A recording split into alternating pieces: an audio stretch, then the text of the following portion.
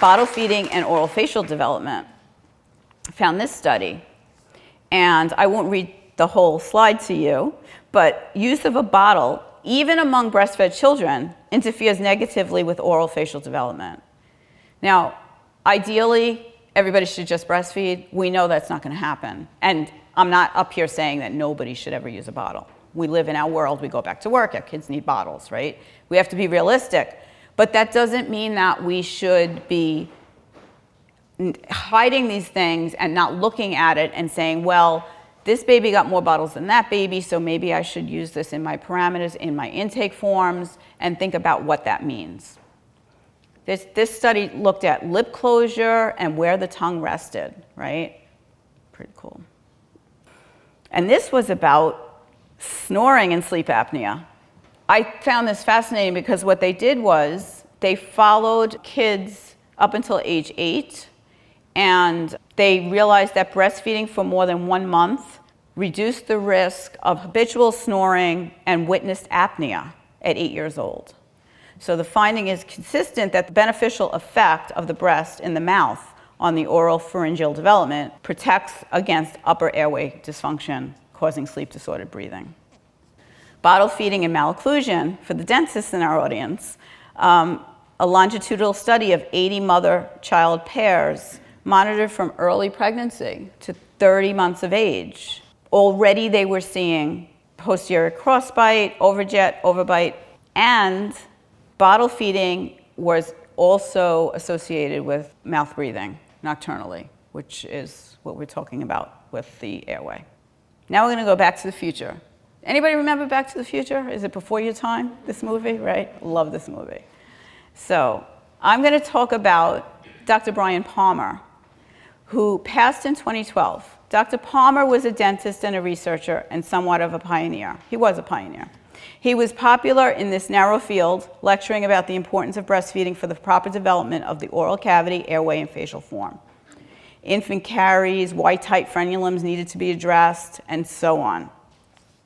So this was 1996. And these are clinical pearls, and Dr. Palmer passed in 2012.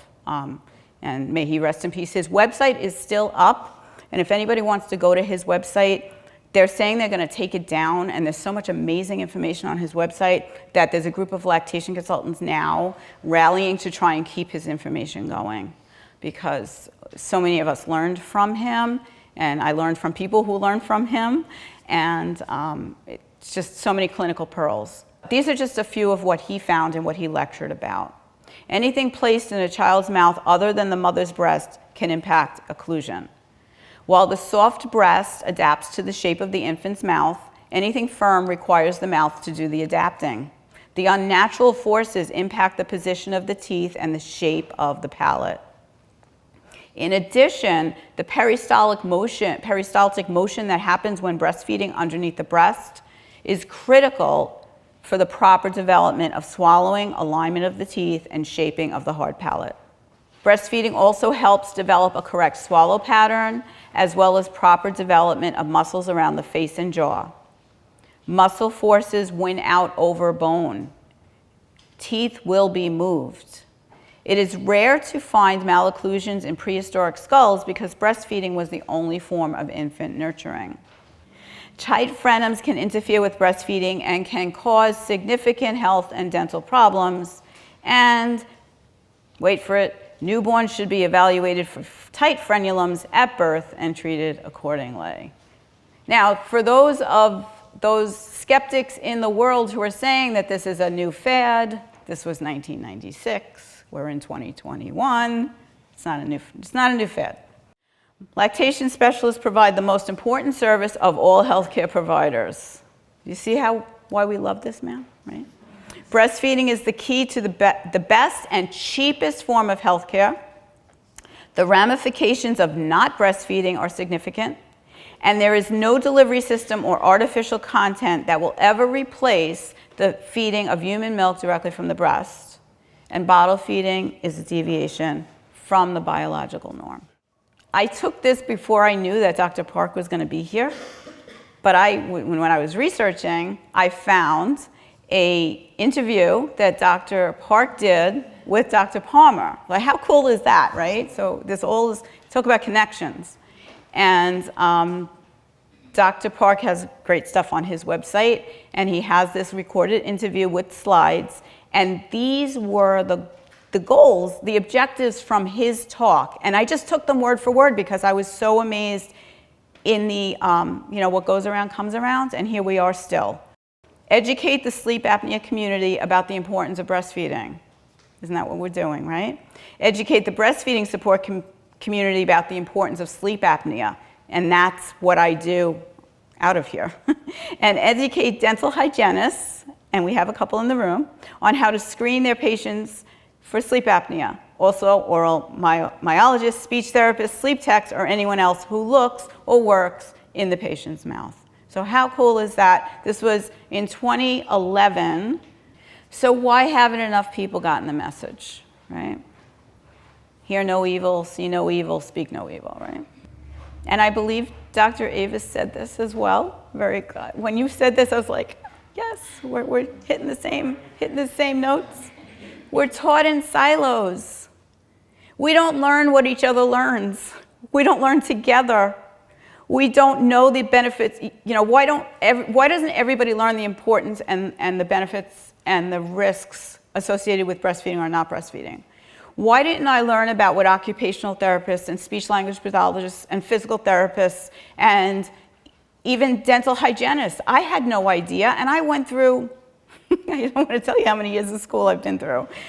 I didn't learn this. Pediatricians don't learn about how medications are passed into breastfeeding, into breast milk.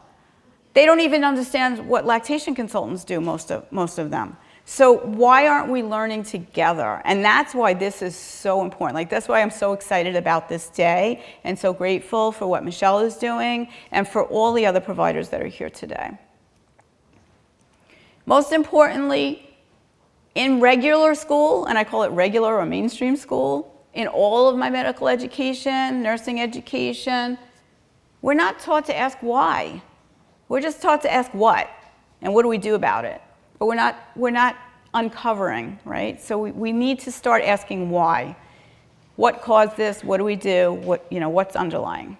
I feel like I was kind of depressing, a lot of sad, scary things, and I was trying to figure out how to end off, and I found that, I was thinking about, but there's light. There's light at the end of the tunnel. We're starting to see the light. There are interdisciplinary professional associations. And that's how I met Dr. Siegel. That's how I learned about tongue tie at first. I went to a conference, and it wasn't just for nurses, and it wasn't just for midwives, and it wasn't just for lactation consultants.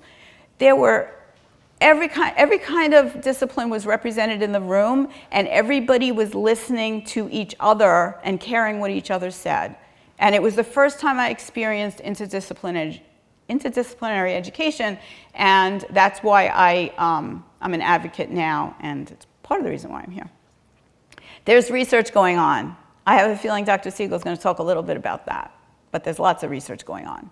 Social media is helping with awareness. We don't really love Dr. Google all the time, but if parents are starting to ask why, then we're going to get further, right? This isn't something just happening in a vacuum in separate offices now. It's on social media.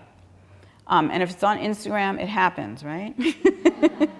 Okay, and smart people are having children, and they're having children with tongue ties, and they're having children with sleep disordered breathing, and they're recognizing. So most of the people that are working in the field now that I know have come to their careers and their missions because they started with their own children, right? And that's not the way it should happen, but it is happening, and it's good that it's happening.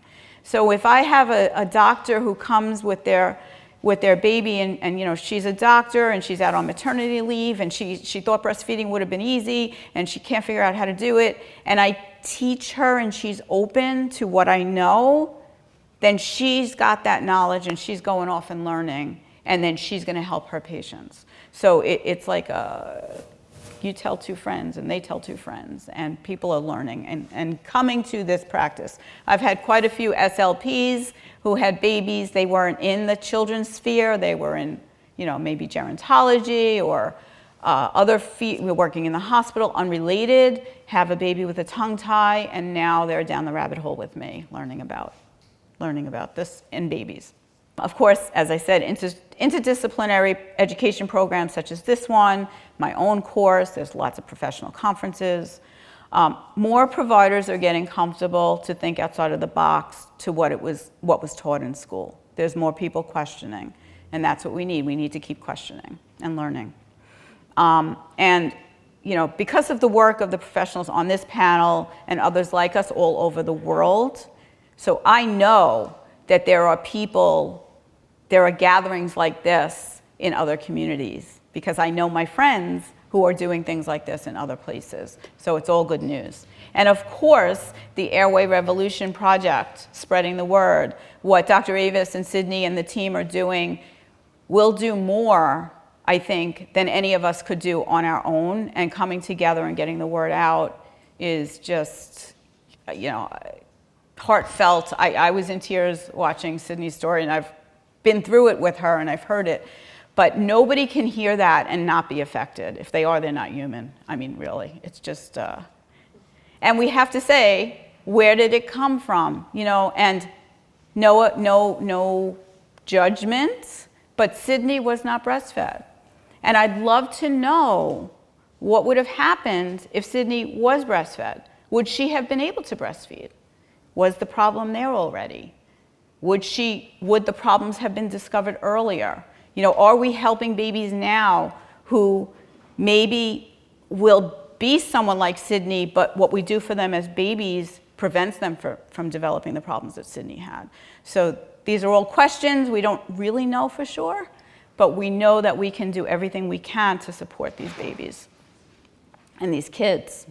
And just, if you want to follow me and learn more about what I do, quick, these are my places. I'm sure it's all in your paperwork there, but Tongue Tie Experts on Instagram, that's easy to remember. And we have a lot of fun on Tongue Tie Experts. Okay. And thank you.